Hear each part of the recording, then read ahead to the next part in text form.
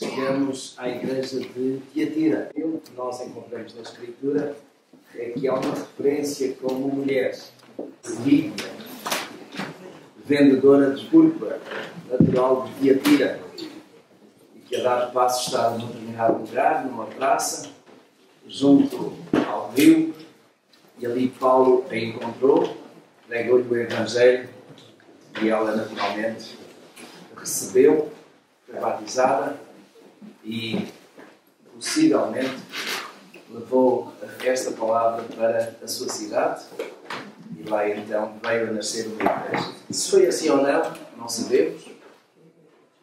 O relato bíblico não nos diz mais, mas pensamos que de facto foi essa a origem da igreja de Tiatira. Apocalipse capítulo 2, verso 18. Ao anjo da igreja em Tiatira escreve: isto diz o Filho de Deus, que tem os olhos como chama de fogo e os pés semelhantes ao latão reluzente. Conheço as tuas obras, e o teu amor, e a tua fé, e o teu serviço, e a tua perseverança, e sei que as tuas últimas obras são mais numerosas do que as primeiras. Mas tenho contra ti que tu eras a mulher Jezabel, que se diz profetiza. Ela ensina e seduz os meus servos a se prostituírem e a comerem das coisas sacrificadas a ídolos. E dei-lhe tempo para que se arrependesse, e ela não quer arrepender-se da sua prostituição. Eis que a lanço num leito de dores, e numa grande tribulação os que cometem adultério com ela, se não se arrependerem das obras dela. E ferirei de morte a seus filhos. E todas as igrejas saberão que eu sou aquele que esquadrinha os rins e os corações, e darei a cada um de vós segundo as suas obras. Digo-vos, porém, a vós, os demais que estão em Tiatira, a todos quantos não têm esta doutrina, e não conheceram as chamadas profundezas de Satanás, que outra carga vos não porei. Mas o que tendes, arrepende-o, até que eu venha. Ao que venceres, e ao que guardar as minhas obras até ao fim, eu lhe darei autoridade sobre as nações. E com vara de ferro as regerá, quebrantando-as de modo que são quebrados os vasos do oleiro, assim como eu recebi a autoridade do meu Pai. Também lhe darei a estrela da manhã. Quem tem ouvidos, ouça o que o Espírito diz às igrejas.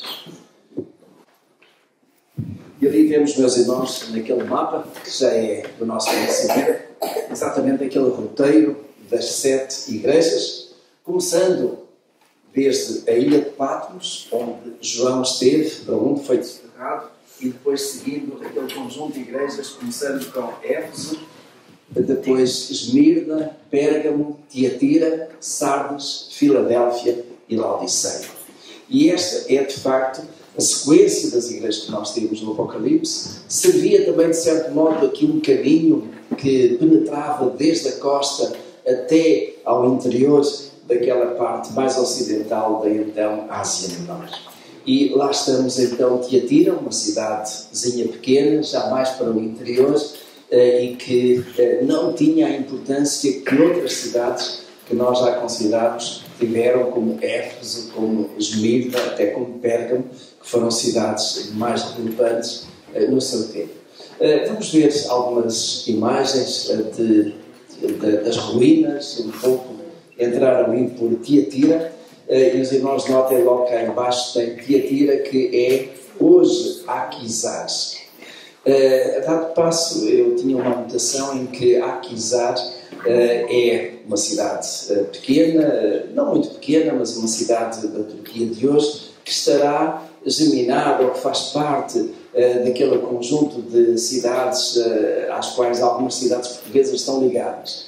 E tinha uma anotação que eu não consegui confirmar, mas que é que esta cidade de Aquisar está geminada com a cidade do Porto. Mas não consegui confirmar isso e, portanto, simplesmente retirei dali essa informação, que não quero induzir ninguém a erro. Mas notamos que é uma cidade que hoje está bastante espalhada, uma cidade que tem um bom número de habitantes, e ali está exatamente uma marca daquilo que era uma basílica centenária, Aquisar. Estão a ver neste quadro que tem, Tepe Mesarindes ruína, portanto, ruínas do século II até ao século VI. O que significa que aqui, neste local, que hoje não é mais do que um terreiro, um campo, houve uma basílica que, digamos, elementos históricos apontam para este tempo tão antigo, ou seja, os primeiros séculos da era cristã. Ali houve uma basílica. Não fiquei a pensar que basílica tem alguma coisa a ver com a Igreja Católica, não necessariamente, porque, digamos, nesta linguagem, basílica não era mais do que um templo cristão, e do século II estamos longe daquilo que veio a ser mais tarde os templos católicos. A Igreja Católica só começou a partir do século IV, portanto estamos lá mais para diante, ou seja, uma igreja, um templo do segundo século é, com certeza, um templo da Igreja Primitiva. E aqui tem, então, esta cidade. O slide seguinte mostra aqui o que é deste lado a escadaria para um teatro. Aliás, uma das características de todas estas cidades que nós temos encontrado, e de muitas outras, certamente algumas que os irmãos possam revisitar, por essa Europa fora, é a existência de anfiteatros ao ar livre, e que deram origem, digamos, nos dias de hoje, às bancadas dos estádios de futebol e por aí fora, mas aqui temos, portanto, este seria o corredor e então aqui seriam os vários lugares. E ali estaria, digamos, quem iria fazer a apresentação, qualquer representação. Isto é um teatro, temos aqui, digamos, estas colunas, e aqui para trás haveria com certeza um edifício. A cidade de Tiatira foi fundada por Seleucio. Seleucio foi um dos generais de Alexandre o Grande. Os irmãos recordar-se-ão, a semana passada eu falei de que Alexandre o Grande, Alexandre Magno, foi de facto um dos grandes generais do Império Romano, que antecedeu o Império Grego e conquistou desde a Europa, portanto, porque ele era da Grécia, da Acásia, até a Ásia, foi por aí fora, também o norte de África. O Império Grego foi de facto bastante vasto, mas Alexandre Magno morreu e o seu reino ficou dividido por 4 generais. Um deles foi este Seleucio, que acabou por então formar aqui em Tiatira um posto militar, que veio a ser destruída por um terremoto durante o reinado de Augusto. Era este Augusto um dos imperadores de Roma, exatamente neste período que ele governou como imperador do ano 14 a.C. a 27 depois de Cristo.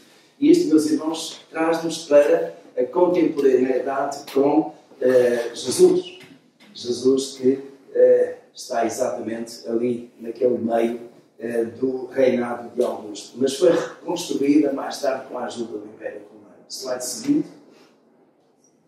Tem aqui o que era normal, um corredor, e depois de um lado e do outro foram grandes edifícios de comércio. Esta cidade era, de facto, reconhecida pelo seu comércio e, sobretudo, pela produção de têxteis e púrpura. Lembram-se exatamente, como eu já mencionei, o caso de Lídia. Lídia era vendedora de púrpura. Portanto, a púrpura seria como que feita aqui, fabricada aqui e depois levada por alguns comerciantes pelo Império Romano, dada a facilidade que eles tinham de movimentação, e chegavam então aí e nós encontramos essa referência em Atos dos Apóstolos. Lídia, uma mulher que foi convertida ao Evangelho e que terá retornado então à sua cidade e aí então desenvolvido, dando o seu testemunho para que uma cidade, uma igreja pudesse nascer naquela cidade de Tiatira. Slide seguinte, e aqui, templo pagão, muitos que havia por toda aquela Ásia. A cidade era conhecida pelas muitas associações de artesãos e comerciantes. Era uma cidade, essencialmente, de esta indústria têxtil e comércio, e alguns deles, para poderem trabalhar, tinham que pertencer a algumas destas associações, destas ordens. Talvez os irmãos hoje tenham ouvido, com certeza, falar de alguma polémica que há de novo aí na nossa sociedade em relação à maçonaria, ao Opus Dei, dos políticos que estão ligados ou não estão, E quem conhece um pouquinho daquilo que está por trás, sabe também que, pelo menos em alguns tempos, ser membro da maçonaria, da Opus Dei, significava que tinha a porta aberta para certos favores, para certos apoios, e digamos que a Cunha já lá está, a famosa Cunha, conhece o Sr. Cunha. Os portugueses conhecem, os brasileiros não sei se conhecem, mas o Sr. Cunha é aquele que, quando precisa de um favor, fala e tem ajuda. Então, a maçonaria constitui, digamos, esta abertura aqui, tal como o Opus Dei também, isto nos dias de hoje, mas naquele tempo, então, pertencer a estas associações comerciais era a porta aberta para poder, de certo modo, ter a vida facilitada e ter apoios. Mas isso significava que teria de participar em festas dedicadas a divindades pagãs, nomeadamente carnes sacrificadas aos ídolos, e tudo isso, naturalmente, era contra o Evangelho, contra aquilo que era de mais elementar nos dias. No slide seguinte. Então, vamos entrar aqui, de facto, no texto bíblico.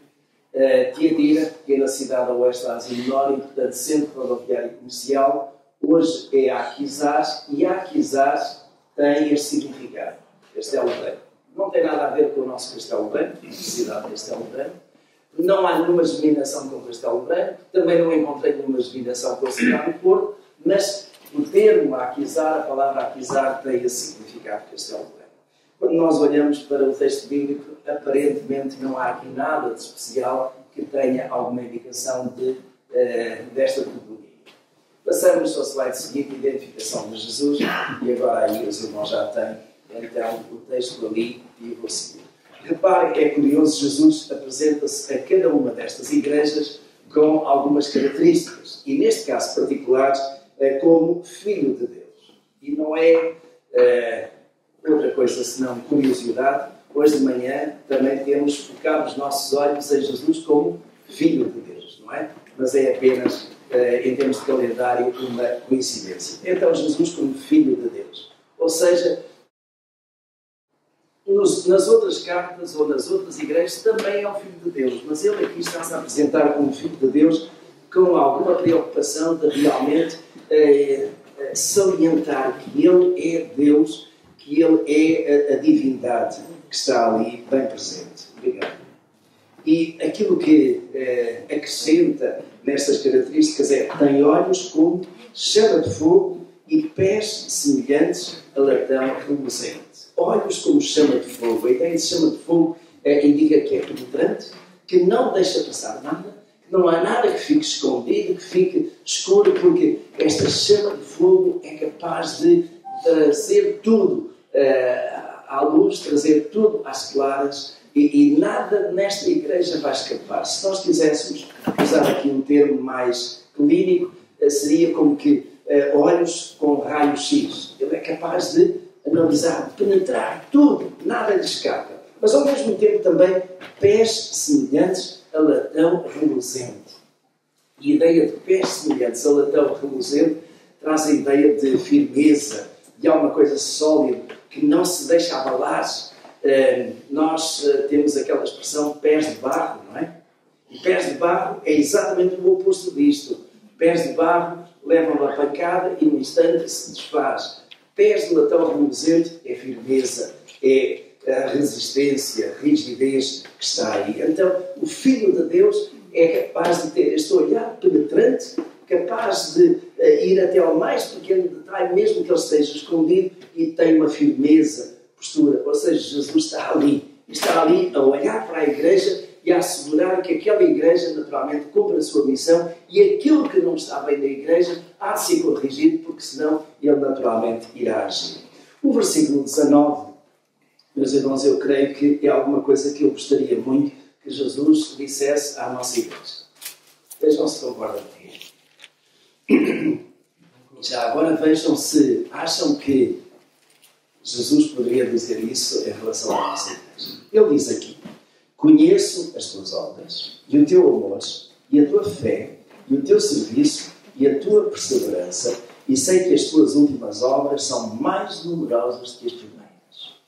Há 4 coisas que ele menciona aí que são de extrema importância. Primeiro, ele menciona: conheça as tuas obras, em termos gerais. Ou seja, tudo aquilo que a igreja fazia, tudo aquilo que eram obras, fossem sociais, fossem de evangelização, fosse trabalho missionário, fosse aquilo que fosse, conheça as tuas obras. Então, tudo aquilo que a igreja estava envolvida, Jesus conhece. E conhece, meus irmãos, com aqueles olhos que são de fogo, penetrantes. Conhece aquele pequeno detalhe, conhece tudo em pormenor. Ou seja, conhece não apenas aquilo que eles faziam, mas a intenção com que faziam.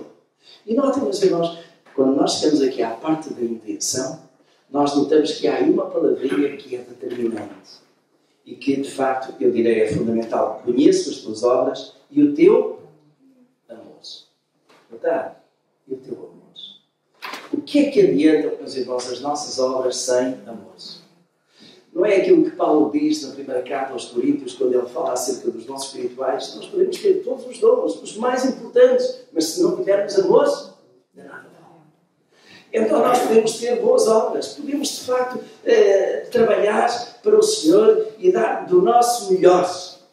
O tema para o próximo ano da nossa igreja é: dá o teu melhor para o Mestre, não é? Melhor para Jesus. Nós podemos fazer isso, mas se não tivermos amor, meus irmãos, nada mais é do que obras, do que alguma coisa que é para os outros verem. Então as nossas obras têm que ser fundamentadas, baseadas no amor. E esta igreja de Tiatira tinha isso. Ela tinha boas obras, mas essas boas obras eram fundamentadas no amor. E depois ele diz: e a tua fé e o teu serviço. Aquela igreja produzia obras, porque ela acreditava. E acreditava em quem? Que Jesus, naturalmente, a tinha comissionado para desempenhar obras, para fazer o bem aos outros, não apenas aos domésticos da fé, mas também àqueles que estavam à sua volta. Uma igreja que, naturalmente, tinha fé, era fiel àquilo que tinha aprendido. E depois diz também: o teu serviço. E nós podemos pensar aqui: então, mas obras não é serviço? Eu vejo uma diferença nesse aspecto aí. Vejo a ideia de serviço como sendo a forma de eles estarem sempre prontos para servir. As obras surgiam não por profissionalismo, não por obrigação, não com altivez, mas sim numa atitude de servo. Assim como Jesus veio, ele veio para servir e não para ser servido. Então, a nossa postura, meus irmãos, em tudo aquilo que fazemos deve ser com esta atitude de servirmos. E servirmos a quem? Servirmos o Senhor, servindo aos irmãos. Eu sou pastor pela graça de Deus e sirvo o meu Senhor servindo aos irmãos.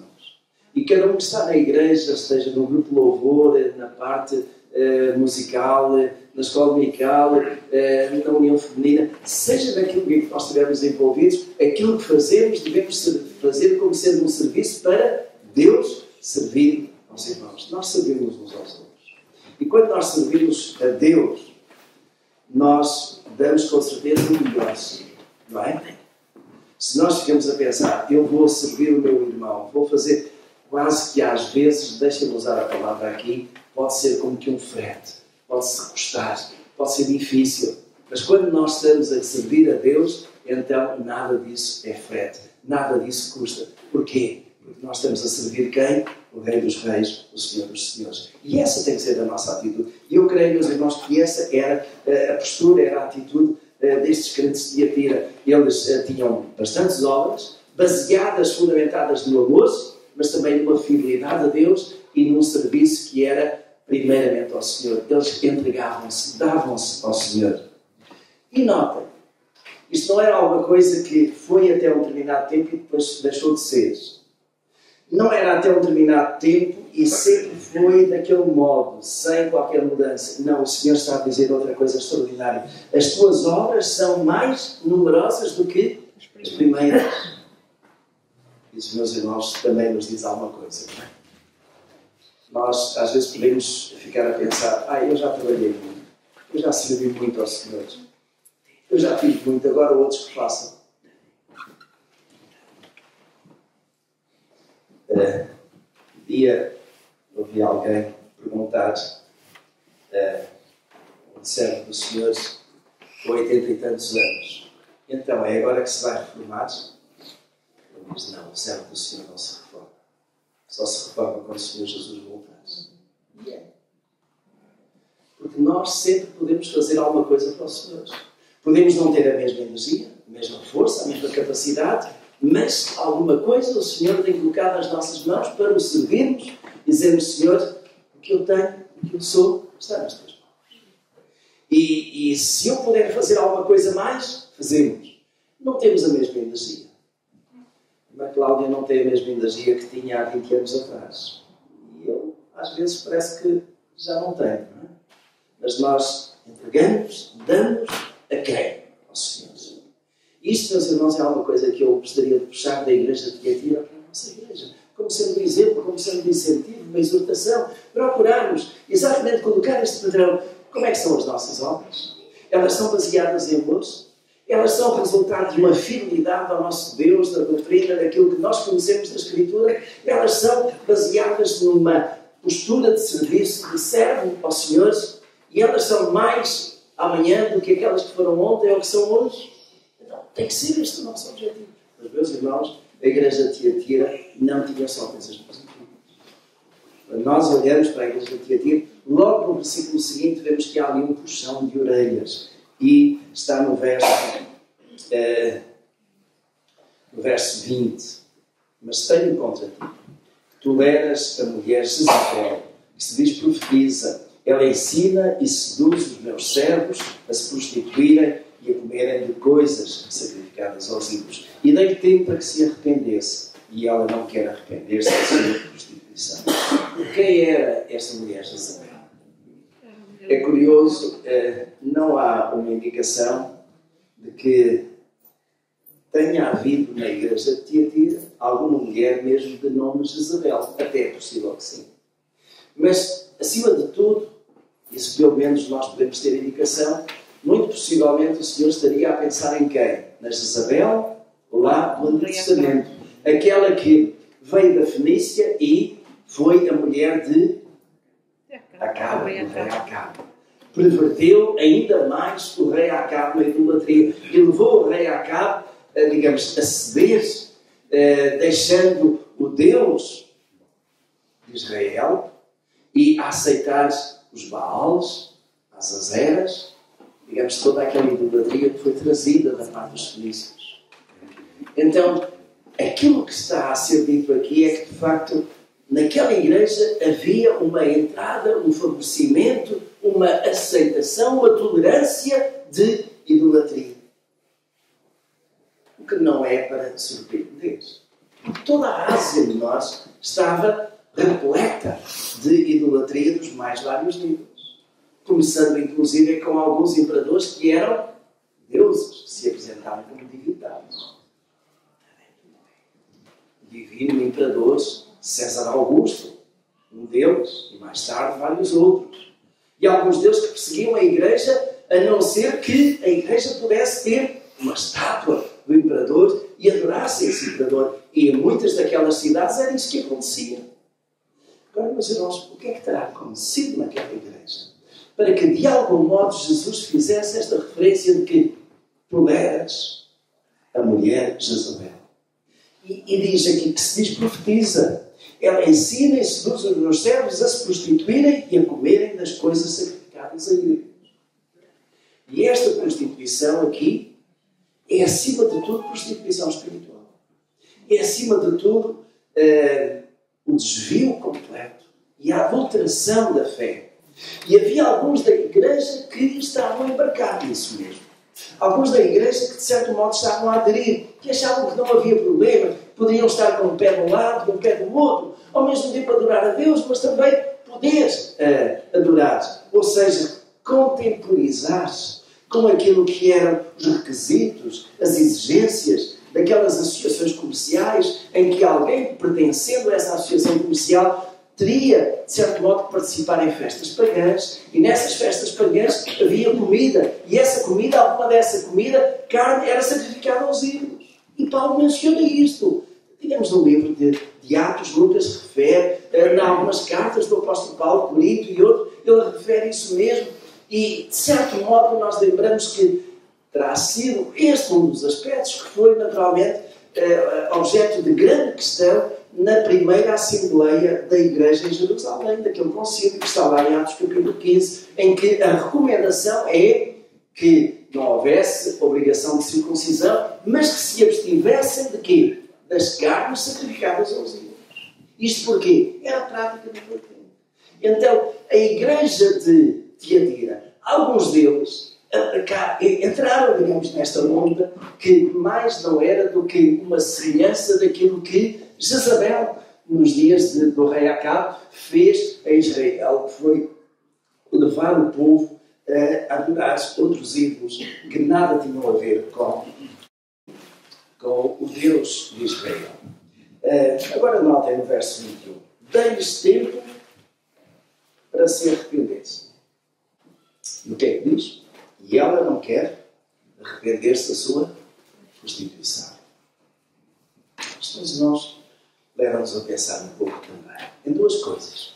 Primeiro, quando nós fazemos alguma coisa errada, o Senhor dá-nos oportunidade para reconhecermos o nosso erro e nos arrependermos. Será que nós aproveitamos a oportunidade? Será que nós tomamos aquele tempo para reconhecer que estamos errados e nos arrependemos, nos mudamos? Na igreja de Tiatira havia alguns que precisavam disso. E vejam, meus irmãos, eu aqui vejo a misericórdia do Senhor em relação a alguns daquela igreja que estavam a cair no adultério espiritual, a cair na idolatria, tiveram, digamos, este puxão de orelhas, tiveram tempo para se arrepender, mas não estavam a dar esse passo de arrependimento. Meus irmãos, eu gostaria que nós pensássemos também e procurássemos aplicar muito isto à nossa vida. O que é que, porventura, na nossa vida, de certo modo, nós podemos sentir que é um puxão de orelhas da parte de Deus, alguma coisa que não está bem, que nós precisamos de reconhecer que não está bem, precisamos de nos arrepender e vamos deixar passar a oportunidade. Vamos adiar mais. Até quando o Senhor vai estender da sua misericórdia? Até quando Deus vai permitir?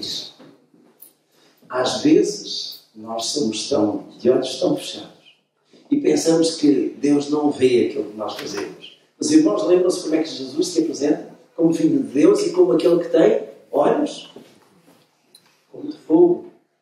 Leva tudo. Ele vê aquilo que cada um de vós faz. Ele vê aquilo que eu faço. E fala à minha consciência, fala através do seu Espírito a mim, para que eu possa sentir que está errado e que tenha a oportunidade de me arrepender. E, meus irmãos, todos nós passamos por isso. É, por um lado, a graça e a misericórdia de Deus. Mas é, por outro lado, também a oportunidade que nós temos de nos mudarmos e de melhorarmos, para que possamos continuar a caminhar e a crescer. Agora, verso 22. Vem naturalmente o castigo, não é? Está ali o castigo viria. Jezabel seria lançada num leito de dores. Então, Jezabel seria lançada num leito de dores. E esta ideia do leito de dores aqui significa que ela iria sofrer. Bom, quem era esta Isabel? Vamos deixar aqui a ideia figurativa de ser uma pessoa, mas sim daqueles que, de facto, praticavam o quê? Idolatria. Aqueles que estavam envolvidos nessa prostituição espiritual. Eles iriam passar por um tempo de dores. Às vezes, Deus manifesta o seu castigo de várias formas. Alguns podem ser levados a pensar que quando os crentes estão com alguma dor, com algum sofrimento, com alguma doença, que isso é causado por algum pecado. E, meus irmãos, aí eu penso sempre em João capítulo 9, que precisam de ver agora, mas lerão em casa. Lembram-se daquele cego que foi apresentado diante de Jesus, que estava, e que lhe perguntaram: Mestre, quem pecou? Este ou seus pais para que nascesse cego? E qual foi a resposta de Jesus? Nem ele nem seus pais. Isto aconteceu para que se visse a glória de Deus. Então, nem toda a enfermidade é causada por pecado, por desobediência. Mas toda a enfermidade precisa de ser e pode ser curada, pode ser tratada, não é? Por Deus. Agora, aquilo que este texto diz é que uma das consequências do não arrependimento e daquela idolatria é que aqueles que praticavam esta prostituição espiritual, esta idolatria, iriam sofrer uma doença, uma enfermidade. E vejam no verso 22, sim. Eis que a lance num leito de dores e numa grande tribulação os que cometem o quê? Adultério com ela, se não se arrependerem das obras dela. Vejam esse se que está aí. Se condiciona. Ou seja, se não houver arrependimento, se não houver mudança, então viria o castigo. Eu creio, meus irmãos, que uma vez mais Deus aqui está a estender o tempo de arrependimento, a dar uma outra oportunidade. Se quisermos aqui uma segunda oportunidade. E eu vejo, meus irmãos, aqui a misericórdia de Deus. Misericórdia sobre aqueles que eram desobedientes, aqueles que eram idólatras, aqueles que, de certo modo, estavam com o pé dentro da igreja e o pé na idolatria, pensando com isso que conseguiam levar as coisas para diante, são apontados, são dedados e acabam por ter aqui um tempo para arrependimento. Se houver arrependimento, então Deus acabaria por recolher esse castigo e não o dar. Verso 23. E ferirei, continua, ferirei de morte a seus filhos, e todas as igrejas saberão que eu sou aquele que esquadrinha os rins e os corações, e darei a cada um de vós segundo as suas obras. Há aí só dois aspectos que eu gostaria de sublinhar. O primeiro deles é que não seriam apenas aqueles que praticavam idolatria, como também os seus próprios filhos. Bom, e nós podemos perguntar-se: que culpa é que têm as crianças dos erros dos pais? Podemos dizer nenhuma culpa. Acabam, de certo modo, por ir os filhos atrás dos pais. E por isso mesmo acabam por sofrer também esse castigo, essa penalização. Os irmãos, deixem-me dizer isto. Lembram-se com certeza que Israel desobedeceu muitas vezes. E o Senhor, a dado passo, diz que visitará os filhos dos filhos até à terceira, quarta geração. Mas, irmãos, há outra coisa também. Deixa-me dizer isso. Os vossos filhos estão aqui. Os vossos filhos são abençoados por causa da vossa fidelidade ao Senhor. Na medida em que os pais que estão aqui, e até os avós, forem fiéis ao Senhor e seguirem o Senhor e ensinarem os seus filhos e os seus netos no caminho do Senhor, eles serão abençoados, mas também a sua descendência será abençoada. E por isso mesmo, meus irmãos, vale a pena nós, como pais, como avós até, sermos fiéis ao Senhor e ensinarmos os nossos filhos essa fidelidade ao Senhor. Porque o Senhor abençoa-nos a nós e diretamente também abençoa os nossos filhos e com o tempo também os vai abençoar a eles. Agora, quando os pais se vão afastando do caminho do Senhor, quando os pais vão entrando numa certa idolatria ou num afastamento daquilo que é realmente o compromisso com Deus, vão sofrer e com eles vão sofrer também os seus filhos. Mas, irmãos, isto não é, aquilo que eu estou a dizer aqui não é de uma maldição. Aquilo que eu estou a dizer é uma constatação. Porque é isto que acontece. Os nossos filhos são abençoados na medida em que nós, pais, nós adultos, formos fiéis ao Senhor. E aquilo que o Senhor está a dizer a esta igreja é que a igreja arrepende, ou melhor, aqueles que estavam a praticar a idolatria deviam se arrepender, porque senão eles sofreriam, mas também os seus próprios filhos iriam sofrer. Meus irmãos, eu creio que a palavra de Deus não é para ficar lá no passado de 2000 anos atrás. Ela tem que nos dizer alguma coisa hoje. E aquilo que nos diz hoje é que nós precisamos de investir muito na nossa vida espiritual como pais, como adultos, para que os nossos filhos sejam conhecedores da palavra do Senhor e recebam a bênção que vem para eles através de nós. mas que à medida que eles vão crescendo também vão sendo abençoados e também vão aprendendo que o caminho do Senhor é feito através de obediência. Então é importante passarmos isto, é importante não deixarmos perder esta ideia de que os nossos filhos são abençoados na medida em que nós formos obedientes e fiéis ao Senhor. E por isso mesmo, este é o desafio que eu tenho deixado nesta igreja e que queremos deixar. É sermos fiéis ao Senhor. Porque através disso a nossa vida é abençoada, mas os nossos filhos também são abençoados. Uma das coisas que a mim me faz sempre muita dor, para não dizer outra coisa, é ver filhos de crentes na droga, nos maus caminhos, para não dizer outras coisas. E penso que esta palavra chega. Dói-me o coração. E dói-me porque sei exatamente aquilo que eles possam estar a passar. Não apenas esses jovens, mas também os próprios pais que sentem os filhos afastados desse modo. E que a vida deles nunca vai dar certo. Exatamente por causa disso.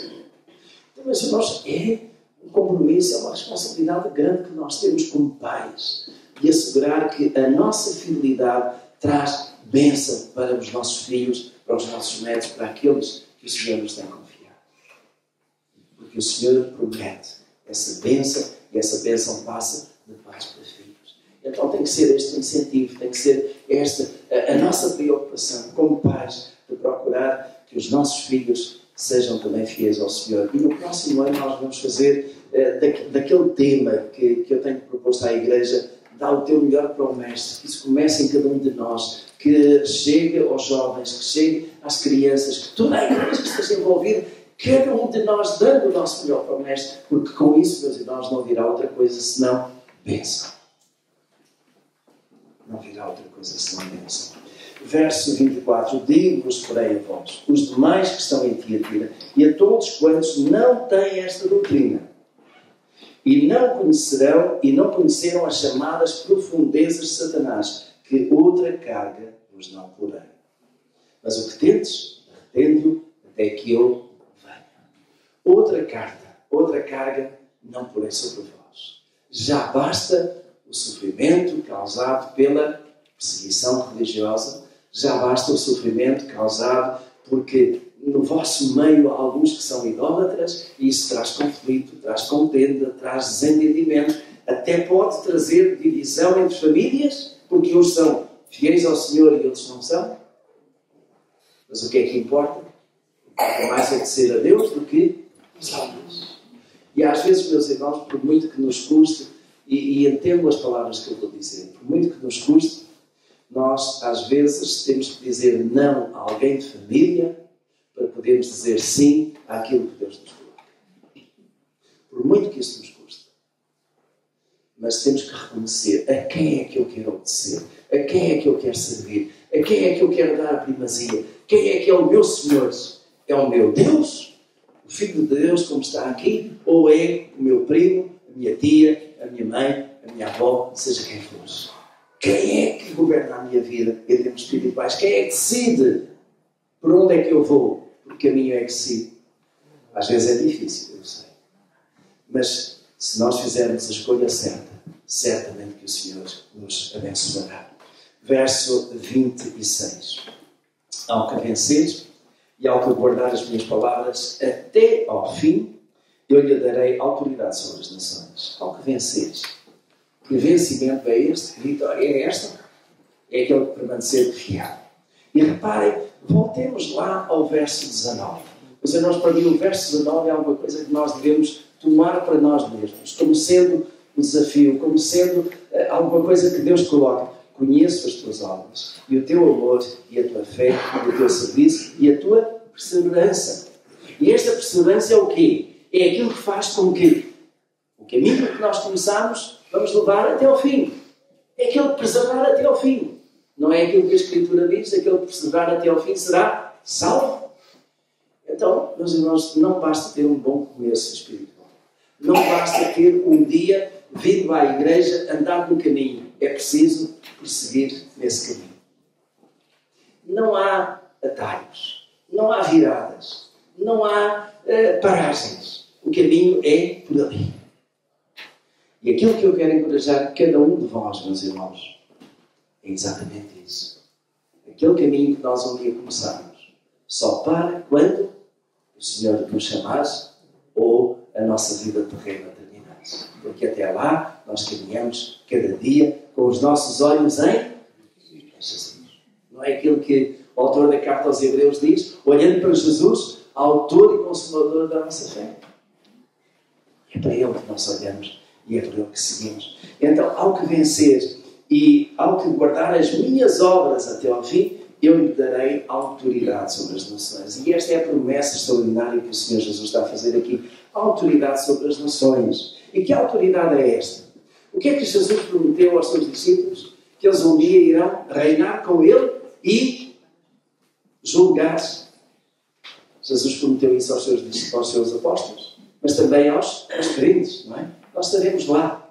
E das coisas extraordinárias que irão acontecer, e nós iremos, pelo Apocalipse, ver tudo isso, mas vai ser extraordinário quando o Senhor Jesus vier, quando nos levar para comparecer diante do tribunal de Cristo. Nós iremos encontrar Jesus não como juiz, necessariamente, mas como advogado, ou se quisermos, como juiz que diz, estás absolvido, vem para aqui. Não é? E nós estaremos junto dele para julgar os povos, julgar as nações. Verso 27 diz, e com vara de ferro as regerá. Isto é, com a autoridade, com firmeza, quebrantando-as de modo como são quebrados os vasos do oleiro. Assim como eu recebi a autoridade do meu Pai. E de novo, neste final, Jesus fala Filho de Deus. Então o Filho de Deus recebe a autoridade do Pai. E essa autoridade que Ele vai também passar aos seus discípulos. Também lhe darei a estrela da manhã. E que estrela da manhã é esta? O que é isso de estrela da manhã? Eu creio, meus irmãos, que mais não é do que a direção. É a orientação. O que é que a estrela da manhã faz para nós? O que é que a estrela da manhã mostra no horizonte? É ali, é aquele ponto, não é? A estrela sempre indica uma orientação. Se não sabem, hoje nós temos meios de navegação fantásticos. No automóvel temos o tom-tom, até no telemóvel temos, não é? Os aviões hoje navegam mesmo de noite, cruzando todo este planeta de um lado para o outro com os instrumentos de navegação que têm, e eles saem de um lugar e chegam ao outro. Mas basta, meus irmãos, irmos há 500 anos atrás. Como é que os portugueses navegaram para descobrir o Brasil?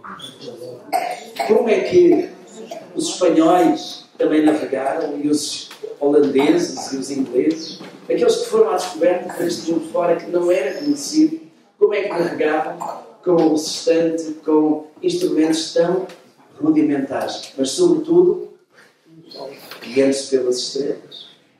E porquê? Porque as estrelas são astros fixos que estão lá e que todos os dias estão à mesma hora, no mesmo sítio, quando se olham. Então a ideia de estrelas, e por isso mesmo também outra coisa que aparece, é que ao longo da costa tem os faróis. E os faróis servem para quê? Para dar aquela luz. Então esta luz, a estrela, a ideia de estrela está associada exatamente com guia, com orientação. E o que é que acontece? Também darei a estrela da manhã. Isto é, dia a dia. Aquela igreja vai ser guiada. Dia a dia a nossa igreja é guiada. Porquê? Através da palavra de Deus. Quem tem ouvidos, ouça o que o Espírito diz às igrejas. E esta é uma expressão que aparece em todas elas. Porque nós temos ouvidos e ouvimos a palavra do Senhor para aqui, para podermos aplicar a nós. O último slide que vai aparecer é de aplicação. E tem ali algumas perguntas. Somos igreja operante? Isto é, a igreja que pratica boas obras? As nossas obras são numerosas e constantes? Ainda sobre as obras. Nós, meus irmãos, somos salvos pelas obras, não é? Não? Então a vossa Bíblia é igual. Somos salvos pela graça de Deus por meio da fé. Mas as nossas obras nos acompanham.